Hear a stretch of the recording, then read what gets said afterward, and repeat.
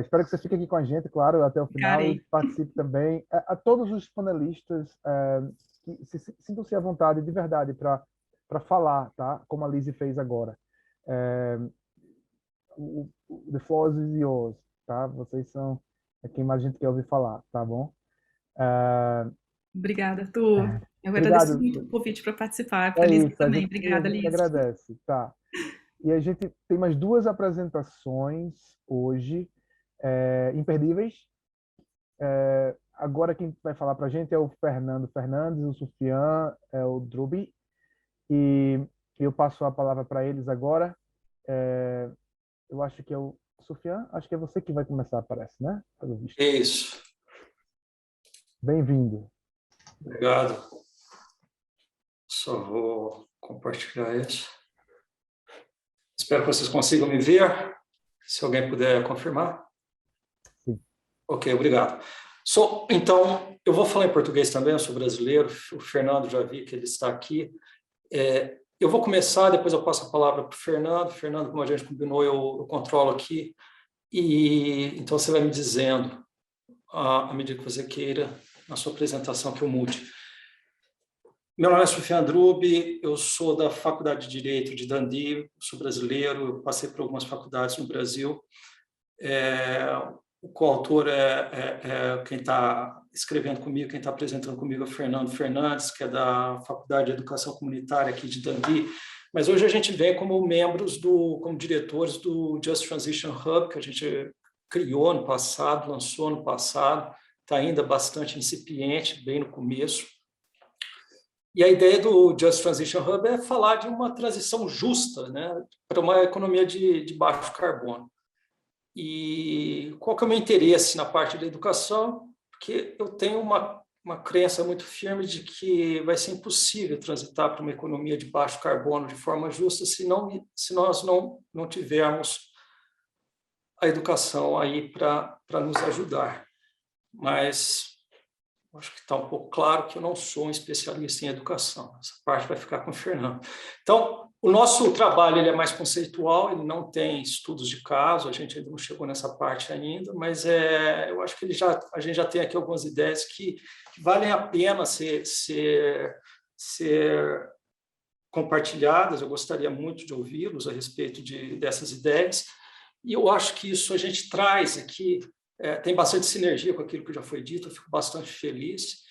E nessa observação, eu gostaria de agradecer muito ao Arthur, gostaria de agradecer muito a todos aqueles que estão envolvidos nesse seminário. Eu acho que esse está sendo um dos seminários mais interessantes dos últimos anos que eu participei. E, para mim, assim, é refrescante, é muito bom ver tudo isso que está acontecendo. Então, eu acho que existem alguns pontos que dão uma ligação muito grande com aquilo que foi falado. É o ponto da mudança, o ponto do território, desterritorialização, como nós vamos ver esse território, e principalmente em relação à ação. Acho que isso foi uma coisa que eu gostei de ver nas duas apresentações, que tem uma continuidade aqui.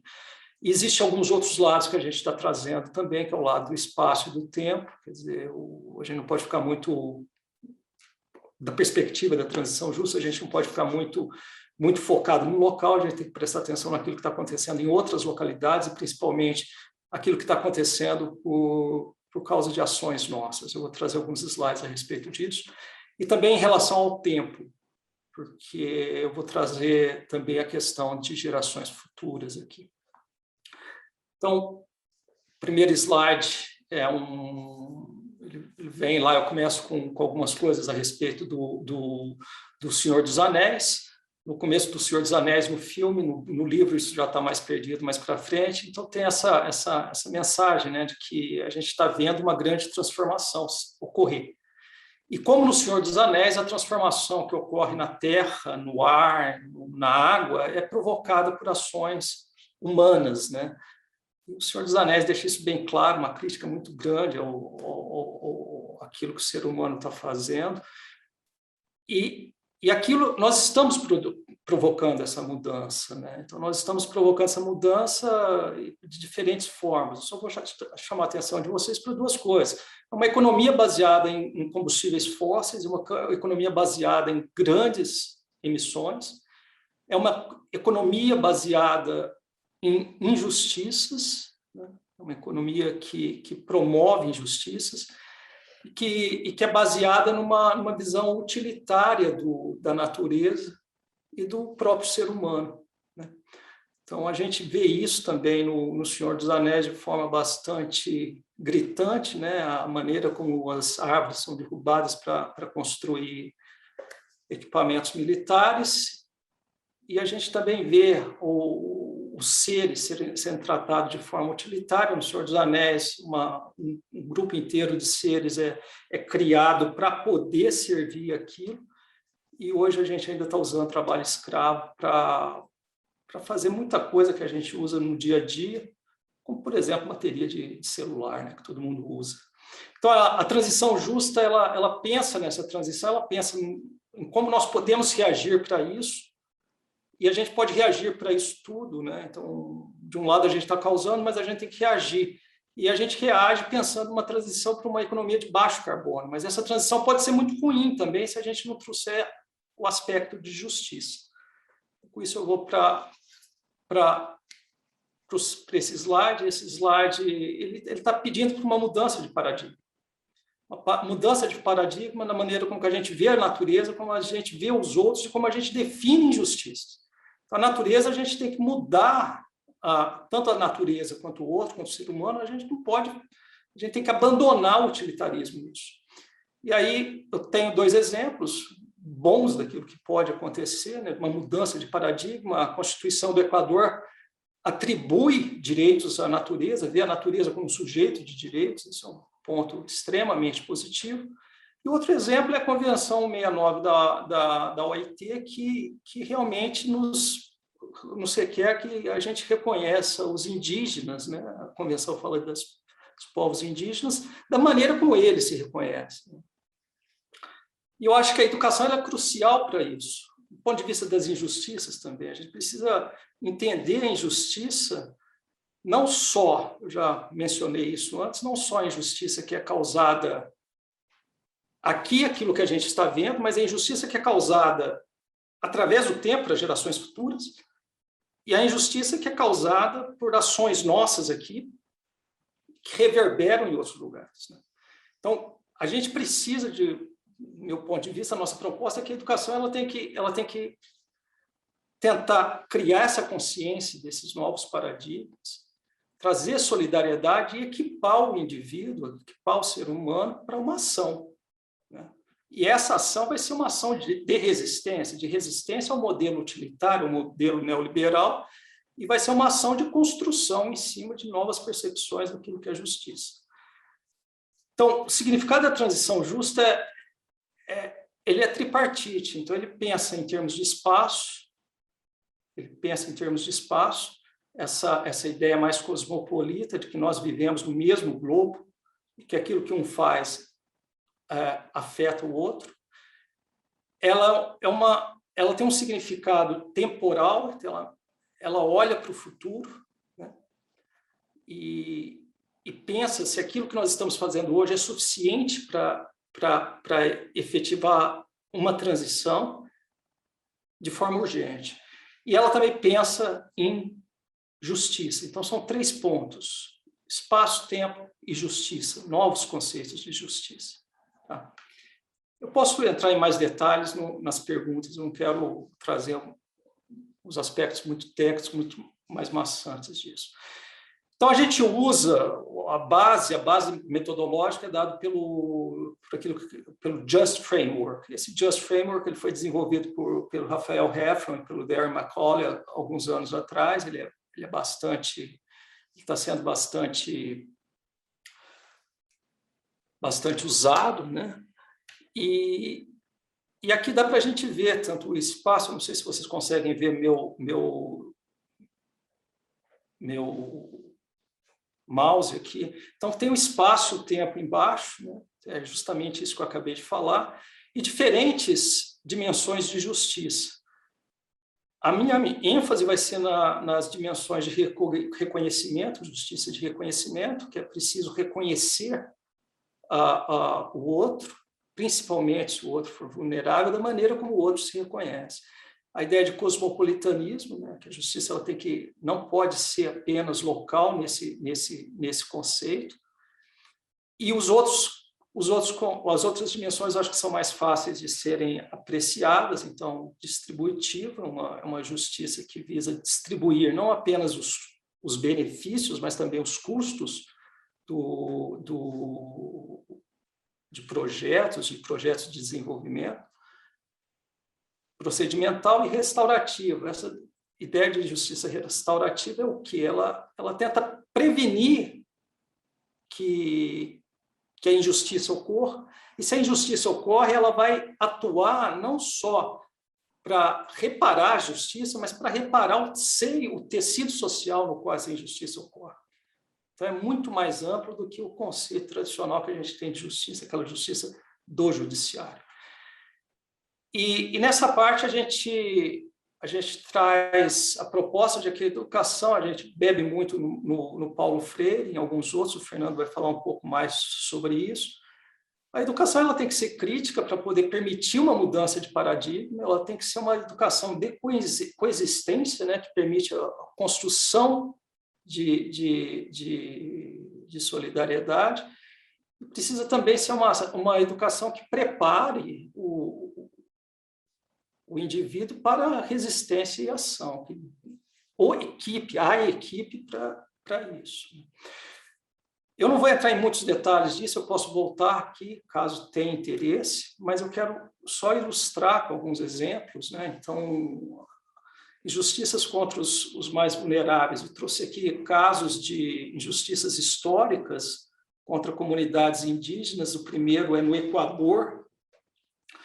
A Chevron, uma grande produtora de óleo, causou uma poluição imensa lá no Equador e afetou a vida dos indígenas, e aqui eles estão protestando em Nova York, porque isso tomou uma proporção internacional. No segundo caso, eu chamo atenção para esse segundo caso. Nós também temos protestos de indígenas, mas agora contra o quê? Contra energia renovável, que os projetos de energia renovável estão sendo praticamente impostos, nesse caso, painéis solares, em terras indígenas. E nos dois casos a gente tem o quê? A gente tem uma falta de reconhecimento daquele ator da maneira como como a maioria, né, a maioria opressora se reconhece. Né? Segundo caso,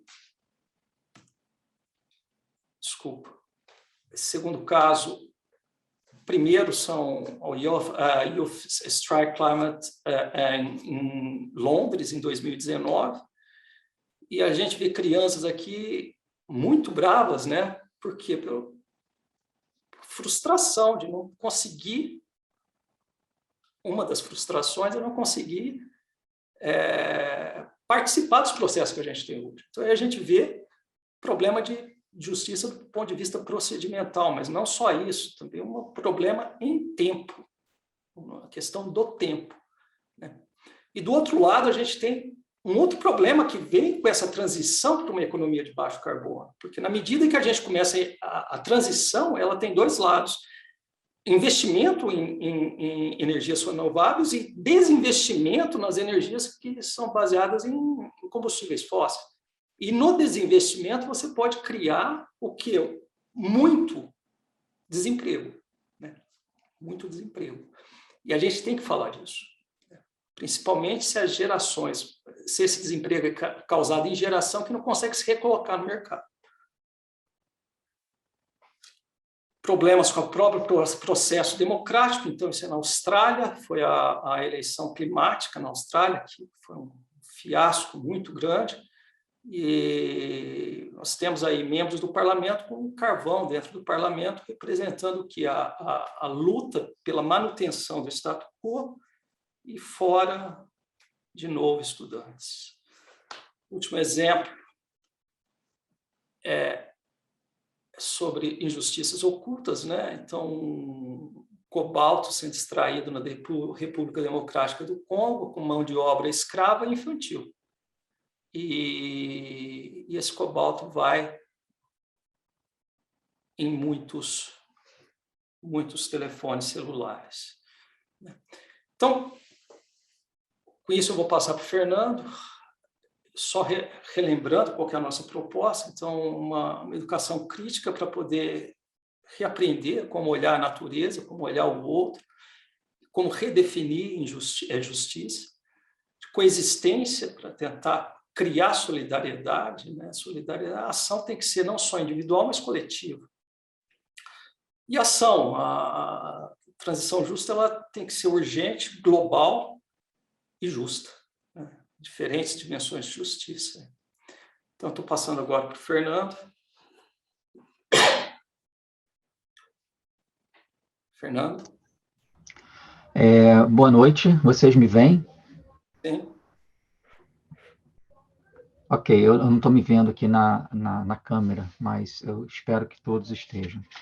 Bom, mais uma vez queria agradecer ao convite, né, feito pelo Arthur, e também a toda a organização do evento, também agradecer a parceria de Soufiane nesse trabalho, né, que a gente está começando aqui com o Just Transition.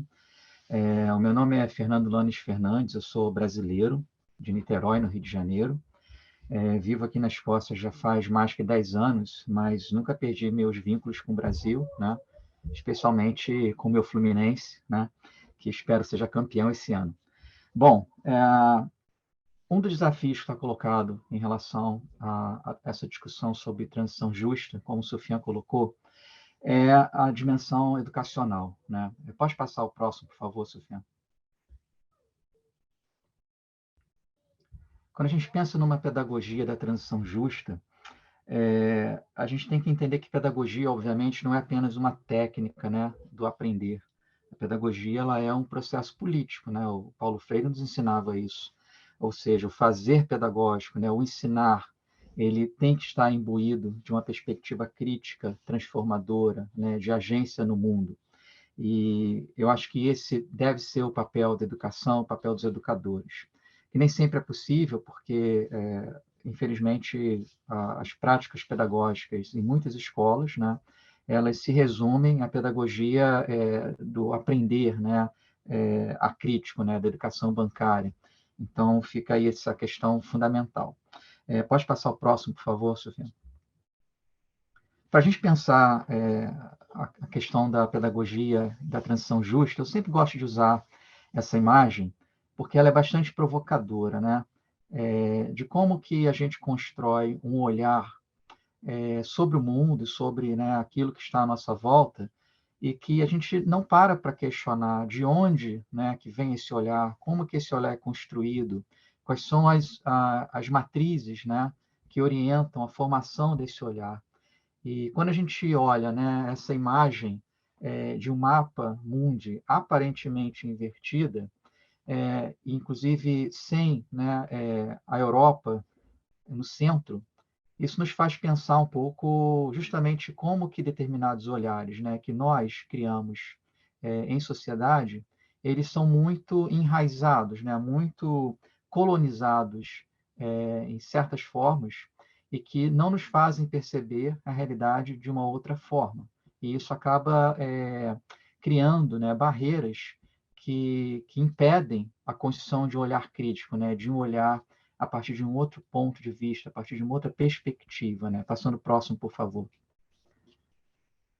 E, obviamente, que essa construção do olhar não é apenas o mapa mundi, né? Também se relaciona à condição do outro, né? A visão que nós, como sociedade ocidental, capitalista, neoliberal, constrói em relação a determinados grupos que são, na verdade, que não se encaixam dentro desse padrão, né, de sociedade hegemônica em que nós vivemos. E, obviamente, que as comunidades indígenas, quilombolas, grupos tradicionais, né, comunidades tradicionais, rurais, elas não se enquadram num conjunto de universo de olhares em que muitas vezes está enraizado nossa própria forma de conceber o mundo à nossa volta. Pode passar o próximo, por favor, Sofia. Então, uma das questões, né, fundamentais do ponto de vista conceitual dessa pedagogia da transição justa é justamente repensar as epistemologias, né, que estruturam a nossa forma de pensar, a nossa forma de olhar, a nossa forma de ensinar, a nossa forma de reproduzir os processos educacionais no dia a dia da escola, no dia a dia de outros espaços, né, de aprendizagem que extrapolam os muros das escolas. E muitas vezes isso não é possível porque falta, na verdade, essa perspectiva de um olhar que vem de um outro lugar, né? Eu acho muito importante a gente pensar na perspectiva freiriana a questão da construção de uma consciência crítica, né, da conscientização.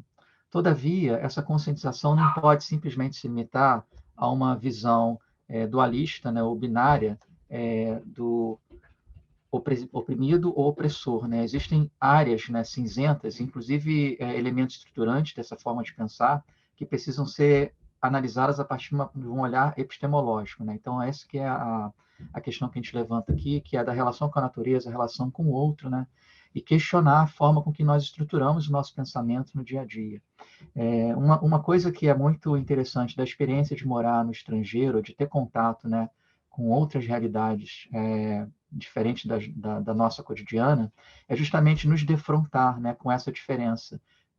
Uma coisa que acontece, por exemplo, comigo pessoalmente, é eu me ver muito mais como brasileiro no estrangeiro que como me ver como brasileiro no Brasil, né? Ou seja, você começa a se dar conta desse processo. Então, mudança de perspectiva também é importante nesse processo, né? Todavia, o ambiente escolar, né, e não apenas a escola, como eu falo, outros ambientes de aprendizado, muitas vezes acabam contribuindo para a reprodução, né, dessas epistemologias dominantes e dessas estruturas de pensamento, né? A escola, volta, Sofia, por favor. A escola, como espaço de reprodução da epistemologia dominante, ela é sinalizada pelo Bourdieu, né, como um espaço de classe construído para uma determinada classe social. E é justamente isso que a gente tem que pensar em relação à construção de novo olhar, né, dessa escola, que incorpore, né, esses elementos fundamentais da pedagogia de uma transição justa. Pode passar para o próximo, por favor.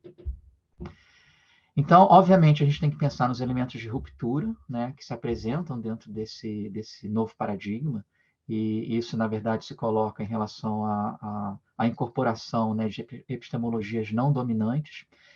Como a gente entende a escola a partir de um espaço do diálogo, ela também tem que incorporar, né, essas linguagens, formas de conceber o mundo, vindas de outras culturas e perspectivas, né, de vida. Então, é necessário descolonizar, né, o processo pedagógico, mas não apenas a pedagogia em si, mas toda a construção, né, que nós fazemos em relação a conteúdos, em relação ao conjunto de elementos da aprendizagem no cotidiano.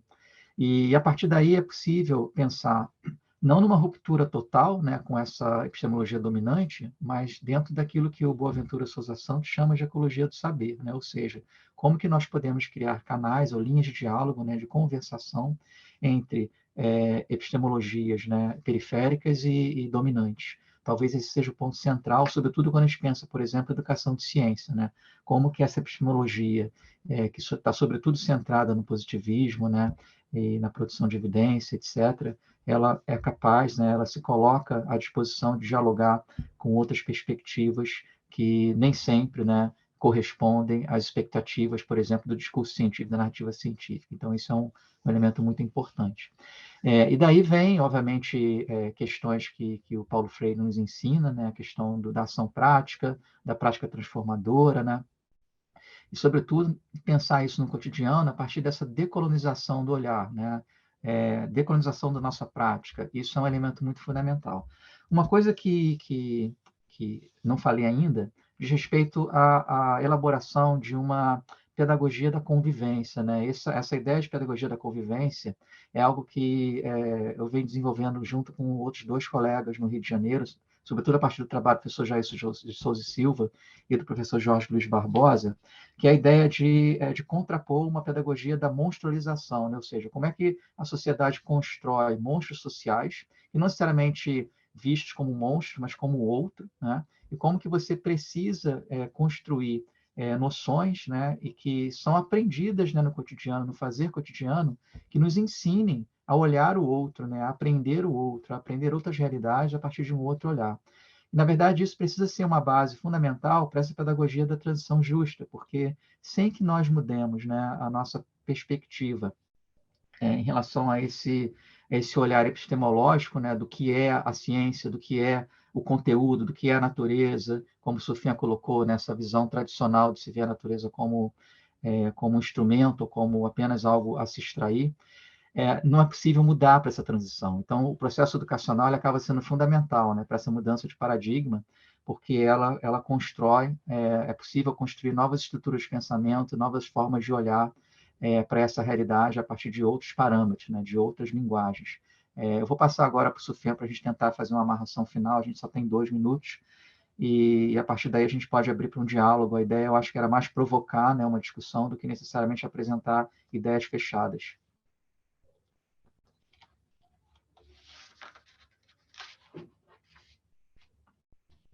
Está aí o nosso e-mail para contato. Eu nem sei se a gente ainda tem tempo, eu acho que só de novo, eu fechei aqui. Só para concluir, eu acho que algumas coisas vão demandar uma ação muito forte, que estou me vendo mais. Algumas coisas vão demandar uma ação muito forte, que é justamente essa capacidade do indivíduo, a incapacidade do indivíduo de mudar certas atitudes no dia a dia, porque ele não consegue ver injustiça. Eu acho que o exemplo daquilo que causa mal às gerações futuras, ou aquilo que causa mal em outros lugares do mundo, crianças em outros lugares do mundo, eu acho que isso é muito forte como exemplo, mas ao mesmo tempo, na prática, vai ser muito difícil mudar isso de um ponto de vista coletivo. E eu acho que essa talvez seja uma dos maiores desafios, como realmente trazer esse tipo de mudança. Então, você não pode comprar esse celular, porque esse celular, aquilo que tem nele não é injusto, cria injustiça em outro lugar. Você não pode usar esse painel solar, por mais barato que seja, porque esse painel está sendo construído com mão de obra escrava. E assim. Só complementando uma coisa que o Sufjan coloca, né, e ainda na linha da pedagogia da convivência, a sociedade, né, e indivíduos na sociedade aprendem a odiar, por exemplo, né, quando a gente pensa na pedagogia da monstrualização. Se aprende a odiar, também se aprende a amar, né, ou seja, a educação, né, para além da escola, inclusive, ela tem um papel fundamental na construção de um outro paradigma do olhar, né, de uma outra forma de enxergar o outro, de enxergar a natureza, de enxergar o mundo à nossa volta, de enxergar, inclusive, as nossas atitudes. Mas, em geral, se a gente não trabalhar com uma ruptura, né, desses paradigmas que estruturam a forma de pensar, de ensinar e de aprender na escola tradicional, isso não vai ser possível de ser alcançado, né? E daí vem uma grande questão, né, que está colocada, que é até que ponto que essa transição ela vai ser justa, né, e até que ponto ela vai ser dominada ou cooptada pelos interesses das grandes corporações, né, interesse do grande capital. Então, fica aí uma grande questão a ser colocada, né, o desafio educacional de reverter esse quadro que está colocado como um processo, talvez, muito forte, né, da transição.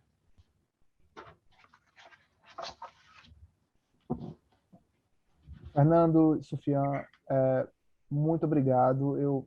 A primeira coisa que eu quero dizer a todos que estão nos ouvindo aqui é o seguinte: vocês percebam que eu sei escolher as pessoas que a gente deve convidar para os nossos seminários. Você veja que é incrível como que está sendo sensacional esse seminário até agora, com ideias muito complementares, diferentes, mas absolutamente muito provocativas e super importantes. Eu queria, primeiramente, eu tenho algumas perguntas, lógico, ou comentários para fazer, mas ver se alguém se alguém gostaria de fazer alguma pergunta aqui no chat, ou se a Sandra, se a Lizzie, se a Linda. Eu ergui a mão, Arthur. Levantou? Não vi, desculpa. Quem foi que levantou? Imagina, só porque eu vi que você estava procurando. Sandra, vai lá. Desculpa.